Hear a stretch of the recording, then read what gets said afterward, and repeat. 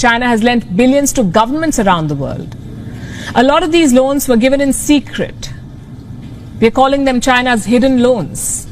And they're burning a hole in the pockets of the borrowers. If China's economy collapses, these countries will all suffer. And that's just part of the problem. Hidden debt hurts all of these countries. Let me give you the example of Indonesia here. Indonesia wanted to build a railway line. So it borrowed money from China. It was a very bad idea. Indonesia is learning the hard way.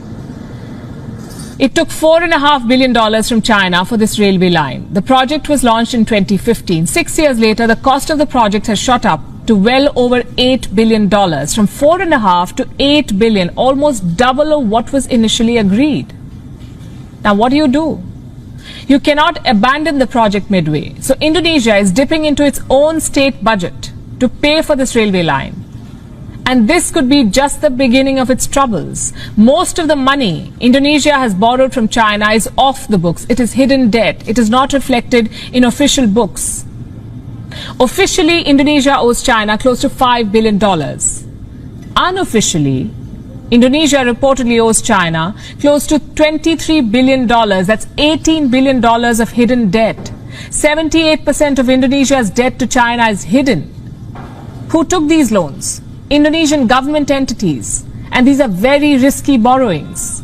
The loans were given without sovereign guarantees, meaning if the borrowers go bankrupt, the Indonesian government will face pressure to bail out. They will have to pay that money. It's a trap.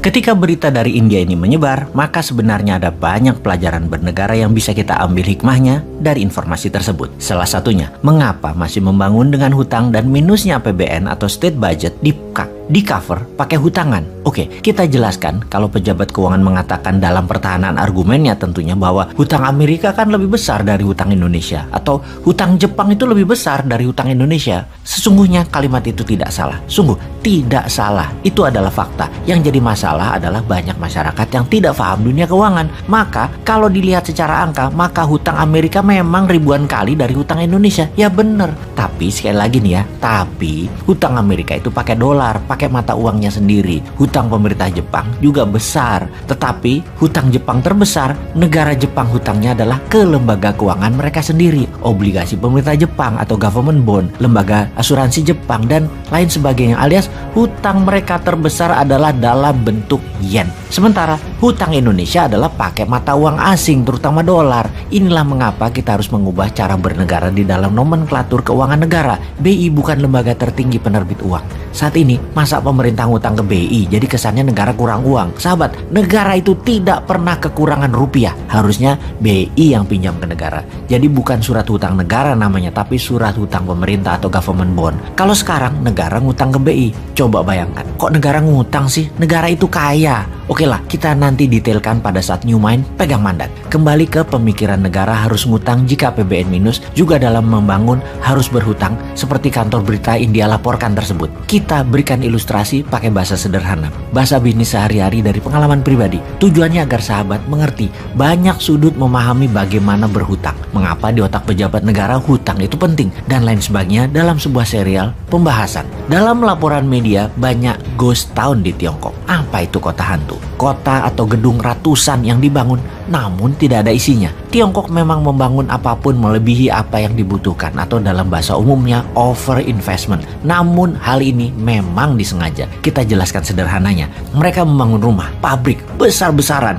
Dana ada yang pakai printing money, ada yang pakai pinjaman asing. Kita bicarakan yang pakai dana asing yang setiap bulan harus nyicil. Itu kita detailkan sekarang. Ketika sudah setengahnya menyicil, maka Tiongkok harus mencari negara lain untuk dibuang asetnya ke negara lain tadi, sehingga hutang mereka bukan menjaminkan aset Tiongkok, tetapi menjaminkan aset dari negara lain. Oke, masih belum paham? Kita teruskan. Katakan Tiongkok pinjam dolar Amerika dengan jaminan proyek mereka di Tiongkok. Mereka perlu dolar karena dolar mata uang multi currency yang berlaku di 97% negara dunia dan menjadi alat bayar 70% transaksi dunia. Cara mengambil dolar adalah dengan meminjam dolar dan menjaminkan aset negara. Misalnya, perumahan yang jumlahan ribuan tower itu. Di sini dolar masuk ke Tiongkok, membuat devisa Tiongkok naik atas dolar. Lalu Tiongkok mulai membangun. Setelah membangun di dalam Tiongkok, Tiongkok yang asetnya kekunci tadi harus membangun ke negara negara lain. Sekali lagi, harus membangun ke negara lain. Nah, karena itu Tiongkok punya 3 cara untuk menaklukkan sebuah negara yang telah Bosman ulang-ulangi ceritanya berkali-kali. Setelah takluk, maka negara yang pejabatnya terbeli, medianya terbeli, dan politikusnya terbeli, mulailah dikendalikan negara tersebut. Disuruhnya membangun, dibangunin tepatnya, dan untuk proyek manapun harus bayar pakai dolar Amerika. Ini sebagai modal mereka bayar hutang dolar dan memenuhi kebutuhan dolar Tiongkok. Negara tersebut bahkan harus over investment. Katakanlah negara tersebut adalah Papua Nugini. Jalan tol, jembatan, rel kereta api keliling Papua Nugini, 3 lapis kalau perlu, pelabuhan udara, pelabuhan laut, bangun kota, pusat industri, dan pusat ekonomi, bahkan ibu kota kalau perlu dibangun baru. Jaminan dari negara Papua Nugini ini adalah aset yang sesungguhnya menjadi jaminan terhadap dolar, pinjaman yang Tiongkok awalnya meminjam dari Amerika atau dari negara lain. Jadi kalau diringkas, printing money proyek negara yang mengerjakan itu BUMN-nya Tiongkok. Pinjaman dana dari luar negeri juga BUMN Tiongkok yang mengerjakannya. Di mana BUMN Tiongkok tadi juga harus membangun di negara jajahan ekonomi Tiongkok tadi. Di mana dolar masuk dari 2 arah sekarang, dari pinjaman Amerika dan dari cicilan negara jajahan Tiongkok. Aset pinjaman Tiongkok bukan lagi aset milik Tiongkok, tetapi aset dari negara jajahan. Itu namanya ekspor debt. Itulah jagonya Tiongkok yang ngerjain negara yang tidak berdaulat, yang pejabatnya bermental cuan, yang terbeli. Tapi pasti bukan Indonesia untuk hal itu. Indonesia mah pejabatnya pintar semua. Time to plan and action. Sudah terlalu banyak isu ekonomi buruk di negara ini. Stop, saatnya Anda tahu wealth profile bisnis yang cocok untuk kepribadian Anda dan menambah penguasaan baru dalam mengelola cash flow Anda. Ambil peluang ini, ikuti Bosman Tour 2023. Solo, Malang, Tangerang, Road to Billionaire.